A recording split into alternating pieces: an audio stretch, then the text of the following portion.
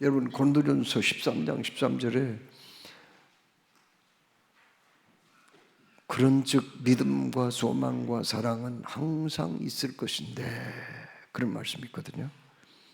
믿음과 소망, 사랑 이 세 가지를 항상 있는 기독교의 중요한 덕목이라고 성경에 말씀했어요. 이것은 믿음과 소망, 사랑이 그만큼 중요하다는 그런 의미가 아닐까요? 성 어거스틴은요, 그런데 이 믿음과 소망, 사랑 여기에 한 가지를 더 보탠다면 바로 감사라는 단어라고 그렇게 말을 했어요. 미국의 유명한 신학자 나인홀드 니버라는 사람이 있거든요. 이 사람도 바로 그런 얘기를 했어요. 믿음, 소망, 사랑 이건 기독교의 중요한 이것이 덕목이라면 거기에 감사도 추가해야 된다. 그런 얘기를 했어요. 여러분 감사를 말씀하는 성경 구절이 신구약 성경에 몇 구절인지 아세요? 118구절이나 돼요. 이건 감사를 그만큼 하나님께서 중요하게 생각하고 있다는 그런 말씀입니다. 오늘 우리가 봉독한 말씀도 감사를 주제로 말씀하죠. 범사에 감사라 이것이 그리스도 예수 안에서 너희를 향하신 하나님의 뜻이니라 이렇게 말씀해요.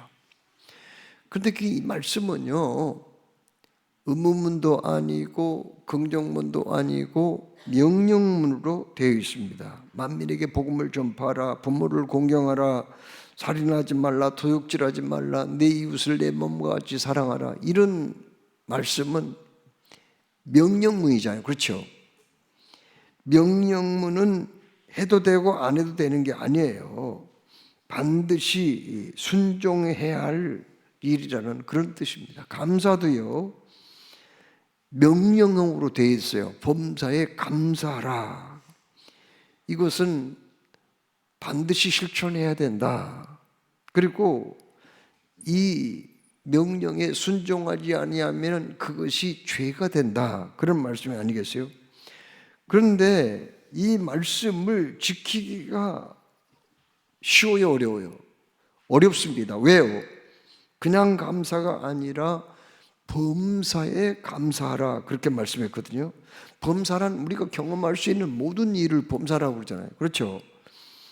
그런데 성공할 때 감사하라, 좋은 일 있을 때 감사하라, 그리고 건강할 때 감사하라 하면은 그래도 좀 할만한데 범사에 감사라고 하니 이게 쉬운 일이 아니에요. 성공할 때도 감사하지만 실패할 때도 감사하고 좋은 일 있을 때도 감사해야지만 굳은 일이 있어도 감사하라. 건강할 때도 감사해야 되지만은 병들 때도 감사하라. 이게 어찌하여 쉬운 그런 얘기입니까? 쉽지 않아요. 오늘 우리가 읽은 본문 말씀은 사도 바울이 성령의 감동으로 데살로니가 교회에 보낸 편지거든요. 데살로니가라는 도시는 그리스의 아테네 다음으로 두 번째 큰 도시예요. 항구 도시입니다. 그런데 그곳에 사도 바울이 2차 선교 여행 때 맨 먼저 빌립보의 첫 성인 마게도니아 첫 성인 유럽의 그러니까 가장 큰 성이었던 빌립보에 복음을 전했고요. 그 다음에 데살로니가에 가가지고 복음을 전했거든요. 그런데 딱 공기를 보니까 이 사람들이 쉽게 그렇게 기독교를 받아들일 그런 도시가 아니었어요. 엄청난 핍박과 고난이 있을 거다. 이걸 예견을 했습니다. 그리고는 그 사람들이 워낙 그냥 핍박을 많이 하다 보니까 그곳에서 짧은 기간 복음 전파하다가 떠났어요. 그래서 어디로 갔나요? 고린도로 갔거든요. 고린도에서 그들에게 편지를 썼는데 그 엄청난 고난이 있었다는 거예요. 핍박이 있었다는 소식을 디모데를 통해서 들었어요. 그래도 그 박해 가운데서도 믿음을 잃지 않고 신앙생활을 한 게 너무 고맙고 감사해서 격려의 편지를 사실은 쓴 게 바로 데살로니가 전서거든요. 그들은 참으로 몸담고 있었던 직장에서 내쫓겨났어요. 붙잡혀가서 매를 맞고 감옥에 갇히기도 했습니다. 자기들이 가진 소유를 빼앗기기도 했어요. 이런 고난이 있었거든요. 그런데 그 예수 믿느라고 고생한 데살로니가 교회 성도들한테 바울이 범사에 감사하라 이렇게 얘기를 하고 있어요. 아니 편하고 좋을 때가 아닌데 참으로 굶주리고 목마르고 고통 중에 있는 이 사람들, 어려운 상황에 있는 이 사람들이 어떻게 감사를 할 수가 있겠습니까? 저는 이스라엘 백성들이 애굽에서 해방을 받아가지고 적과 꿀이 흐르는 약속의 가나안 땅을 향해서 갈 때 광야를 거쳐갔거든요. 광야 생활을 40년을 했어요. 그곳을 가봤어요. 그랬더니 거기는 물이 없더라고요. 샘도 없고 강도 없어요. 물이 없어요. 비가 잘 안 와요.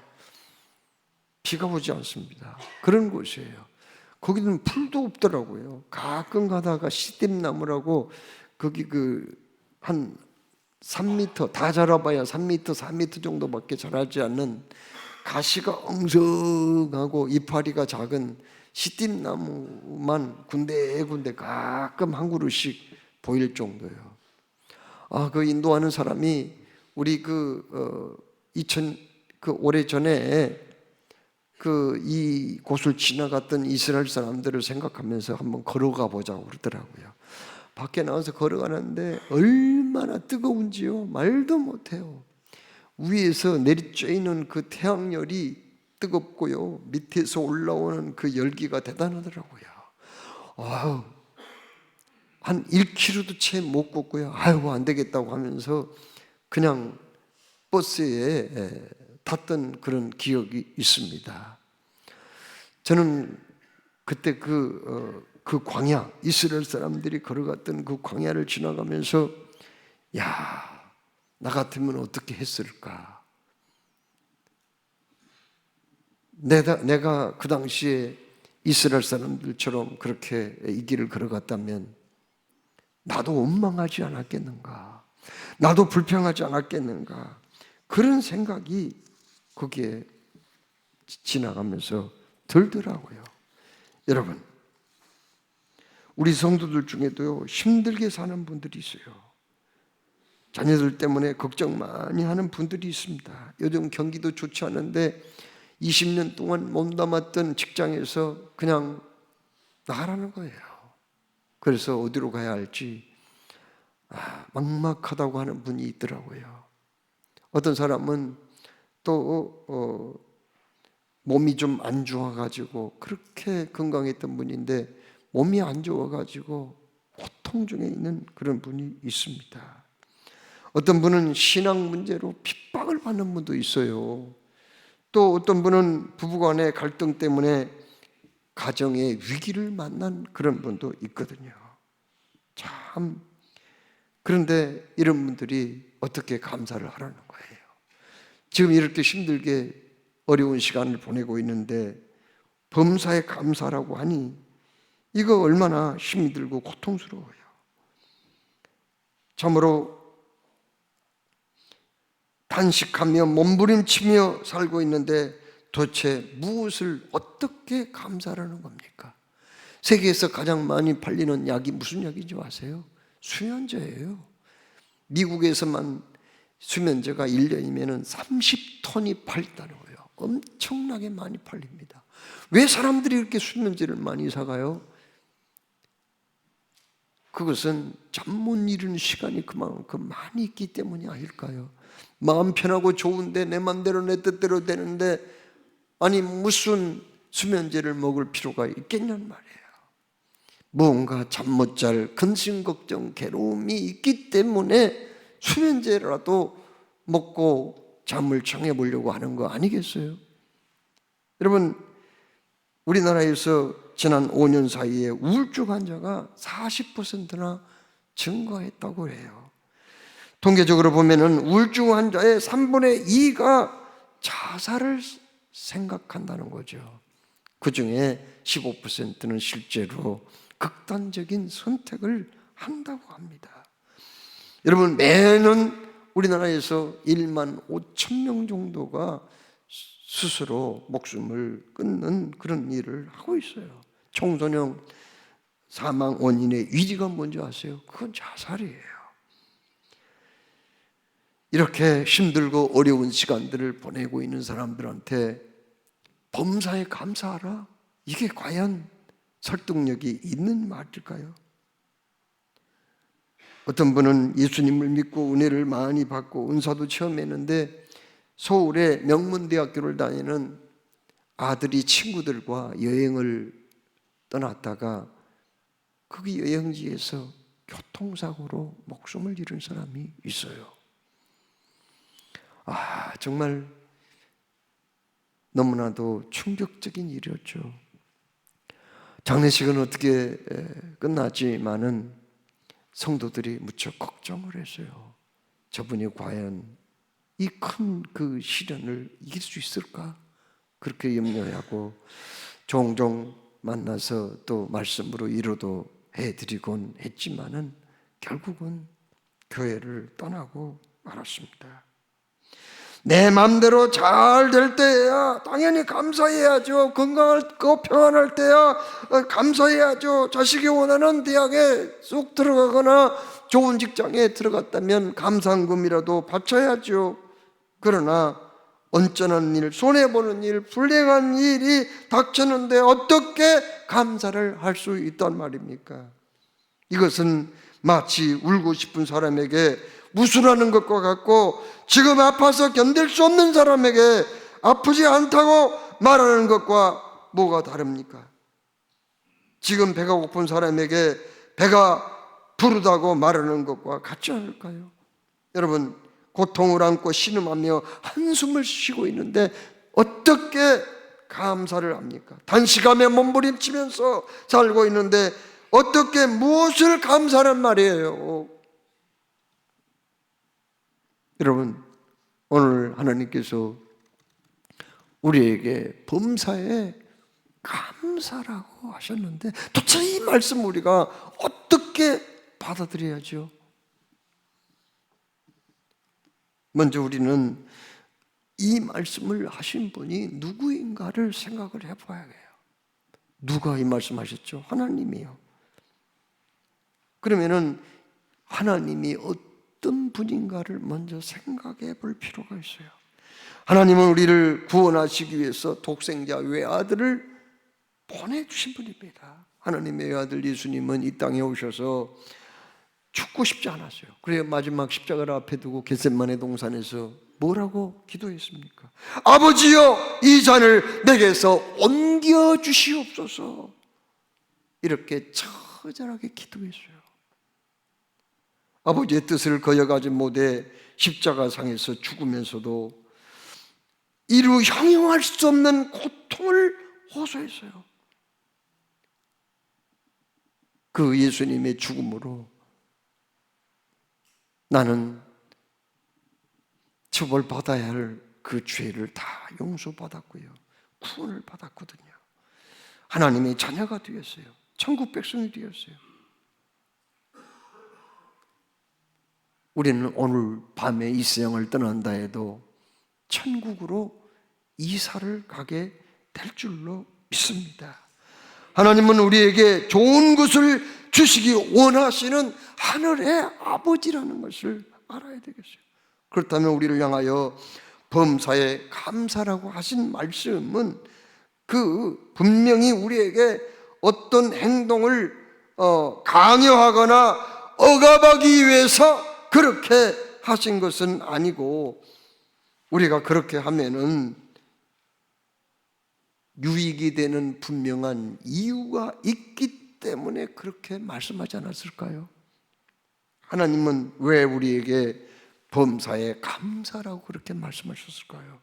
첫째, 하나님은 범사에 감사하는 것이 하나님의 기뻐하시는 뜻이기 때문에 그렇게 하라고 말씀하셨어요. 여러분, 범사에 감사하라, 이것이 그리스도 예수 안에서 너희를 향하신 하나님의 뜻이니라 이렇게 말씀하시오. 하나님의 뜻이라는 말씀은 하나님이 원하시고 기뻐하시는 일이라는 그런 말씀 아닙니까? 우리를 향한 하나님의 요구사항이라는 말씀입니다. 시편 50편 23절에 감사로 제사를 드리는 자가 나를 영화롭게 하나니 그의 행위를 옳게 하는 자에게 내가 하나님의 구원을 보이리라고 그렇게 말씀하셨습니다. 여러분, 하나님께서는요 감사를 단순한 예의나 혹은 무슨 인사가 아니라는 거예요. 그럼 뭘까요? 하나님이 기뻐하시는 향기로운 제사라고 그렇게 말씀하세요. 여러분, 조상신 신에게 제사할 때 어떻게 하는지 아시죠? 귀신에게 제사할 때 어떻게 하는지 아시잖아요.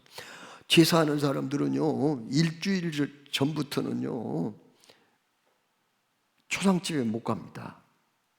시체를 만지거나 그렇게 할 수가 없어요. 제사하는 사람들은요 그 다음에 부정탄 음식 있잖아요. 이런 거 절대 먹으면 안 됩니다. 그리고 막 화나고 누구하고 싸우면 그 사람 제사 못 지내요. 그런 사람은 어떻게 제사 지내요? 이거 정말 제사 지낼 때요 목욕 재개하고 3일 동안 목욕 재개하고 얼마나 신경을 많이 쓰는지 몰라요. 심지어 집안에 불필요한 물건들은 다 치워야 돼요. 빨랫줄까지 없애야 돼요. 왜요? 귀신이 찾아보다가 빨랫줄에 걸려 넘어질 수도 있다는 거. 참 얼마나 신경을 많이 쓰는지 몰라요. 그런데 귀신에게 하는 제사도 그렇게 정성을 다하는데 하나님께 드리는 제사는 어떠하겠어요?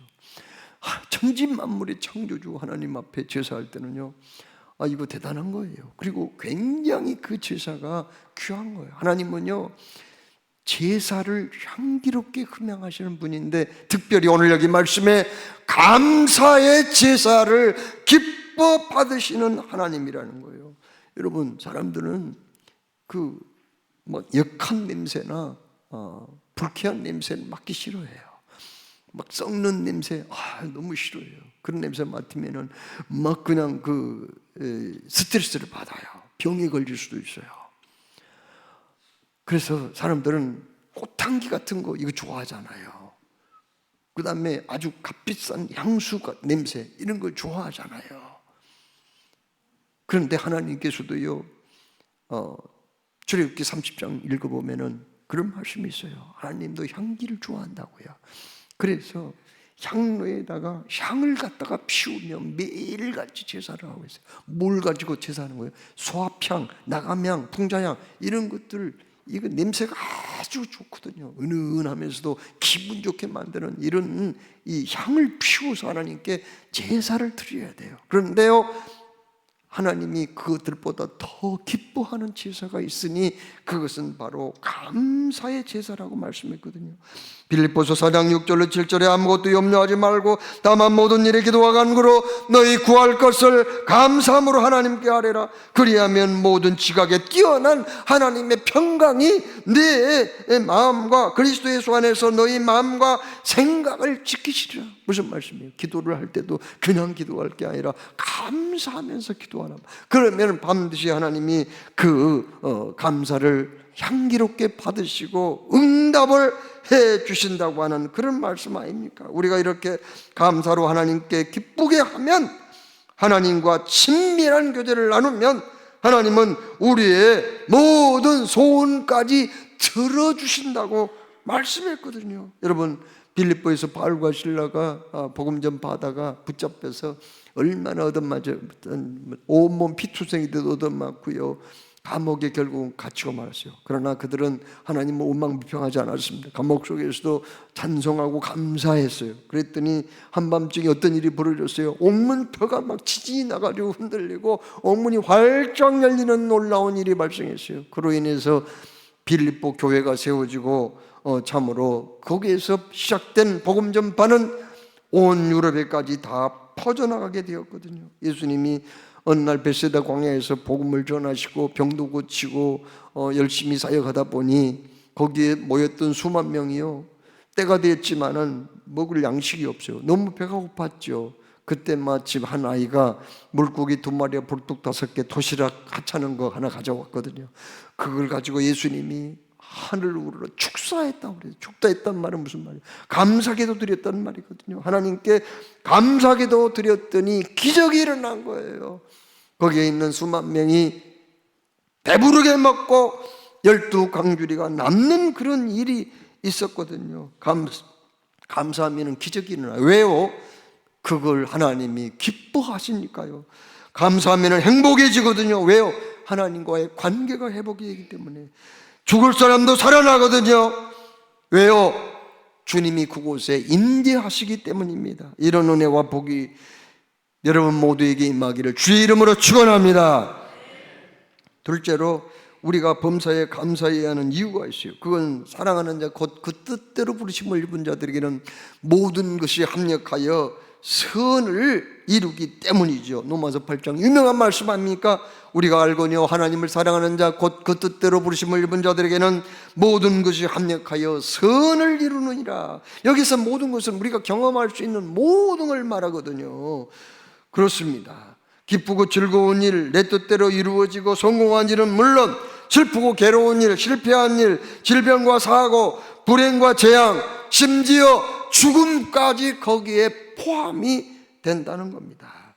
여러분, 어느 날 들에서 일하고 있던 형들을 만나러 간 요셉이라는 소년이 있었어요. 그들은 요셉을 미워했거든요. 왜요? 아버지가 그를 편애한다고 생각했기 때문입니다. 죽이려고 구덩이 속에다 옷을 벗겨가지고 던졌다가 나중에 미디안 장사꾼들이 지나가는 걸 보고 아니 죽을 게 아니라 차라리 돈 받고 저 노예로 팔아버리자 해서 은는 20 받고 노예로 팔려갔거든요. 그때 요셉이 얼마나 살려달라고 형들에게 눈물로 호소를 했는지 몰라요. 울고 또 울었지만 그들은 듣지 않았어요. 결국은 노예로 팔려가서 바로 왕의 경호실장인 보디발의 집에 팔려가서 얼마나 열심히 일했는지 몰라요. 그러나 그에게 불행이 닥쳤습니다. 어느 날 주인의 아내가 유혹한 거죠. 뿌리쳤어요. 옷을 벗고 도망갔어요. 오히려 뒤집어 씌웠죠. 저것이 우리 집에 와서 나를 겁탈으려고 한다고요. 감옥에 들어간 거예요. 감옥에 들어가서 언제 죽을 줄 몰라요. 언제 목이 잘려질지 몰라요. 그러나 거기에서 또 어떤 일이 만납니까? 바로왕의 술 맡은 간원장과 떡 맡은 간원장도 무슨 일로 거기 들어왔거든요. 그들이 이상한 꿈을 꾸어요. 꿈 해몽해 주거든요. 꿈 해몽대로 됐어요. 그리고 떡 맡은 간원장은 죽었지만은 술 맡은 간원장은 복직이 된 거예요. 나중에 바로왕이 또 이상한 꿈을 꾼 거예요. 아무도 그걸 해석해 줄 수가 없었어요. 그러나 술 맡은 간원장이 감옥에 갇혀 있는 요셉을 소개해서 그 꿈 해몽을 시원하게 해주죠. 그로 인하여 총리 대신이 된 거예요. 그때야 하나님이 왜 나를 불행하게 했는가, 나에게 왜 고통을 주었는가, 죽을 고비를 왜 만나게 했는가, 왜 모함을 받게 했는가, 그 의미를 깨닫기 시작한 거예요. 여러분, 하나님은 합력하여 그의 인생에 선을 이루셨습니다. 그래서 형들이 미워하는 것도 허용을 했고요, 종으로 팔려가는 것도, 그리고 보디발의 아내에게 모함을 받는 것도요, 감옥 생활한 것도 다 하나님의 작품이었어요. 하나님의 계획 속에서 이루어진 일이었다고요. 결국 그 요셉을 통해서 온 가족을 구원하고 가뭄에서 그 애굽도 구원하고 주변의 모든 나라 많은 사람들을 구원하기 위한 하나님의 섭리가 있었고요. 결국 그를 구속사의 중심에 선 인물로 쓰시기를 원하신 거죠. 심지어 하나님은 그의 인생에 합력하여 선을 이루기 위해서 그가 가나안에서 낙타를 타고 애굽에 올 때 그 낙타가 밟고 지나온 거기 모래알 하나하나까지를 다 사용했다는 거 아닙니까? 미국의 어느 교회에서 중국에 선교사를 파송했대요.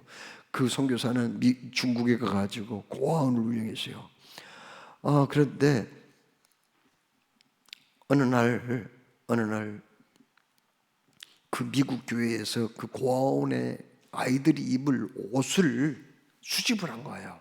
여러분 혹시 집에 잘 안 입는 옷이 있습니까? 그걸 좀 가져오세요.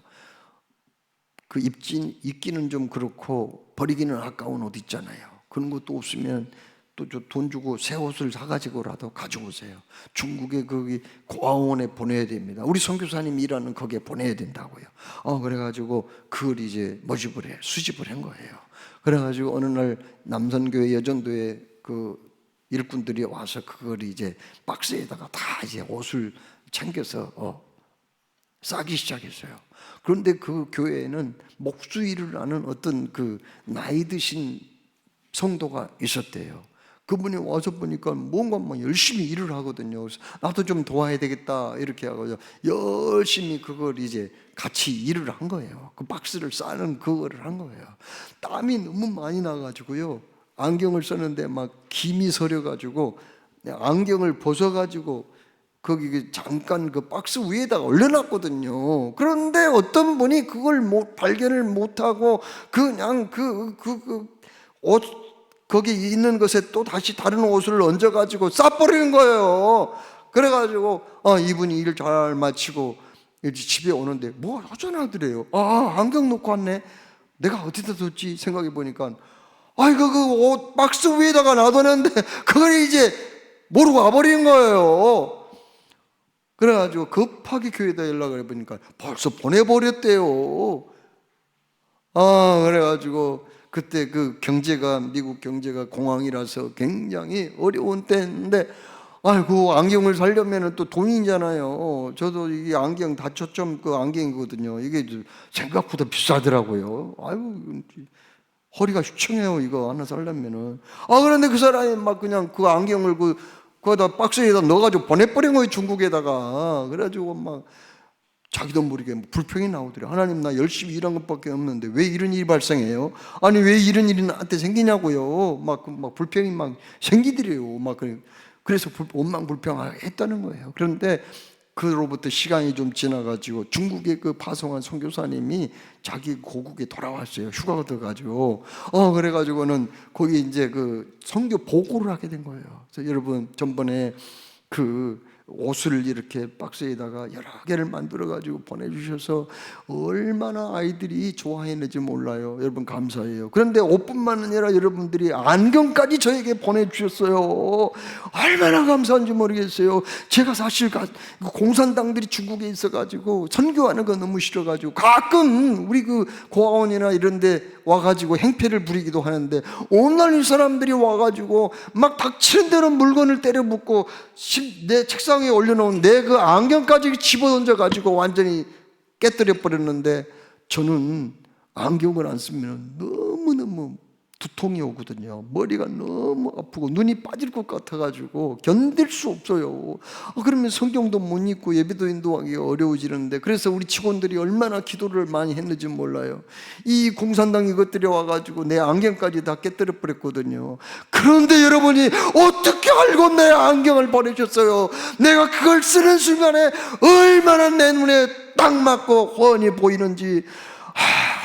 성도님들 정말 얼마나 고마워지 모른다고. 도대체 그런데 거기 짐을 쌌던 사람들은 그 말이 무슨 말인지 이해를 못해요. 그런데 저 뒤편에 앉아 계신 나이 드신 그 성도님은 계속 눈물을 흘리고 있었어요. 세상에 내가 실수했는데 하나님은 내가 실수한 것까지 선교에 쓰시는구나, 활용하시는구나.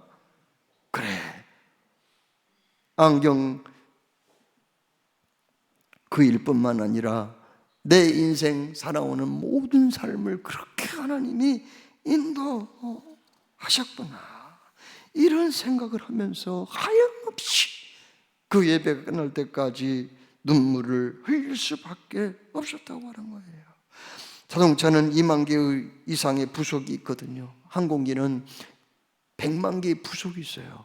그러나 그 부속이 낱개로 다 흩어져 있다면 무슨 의미가 있어요?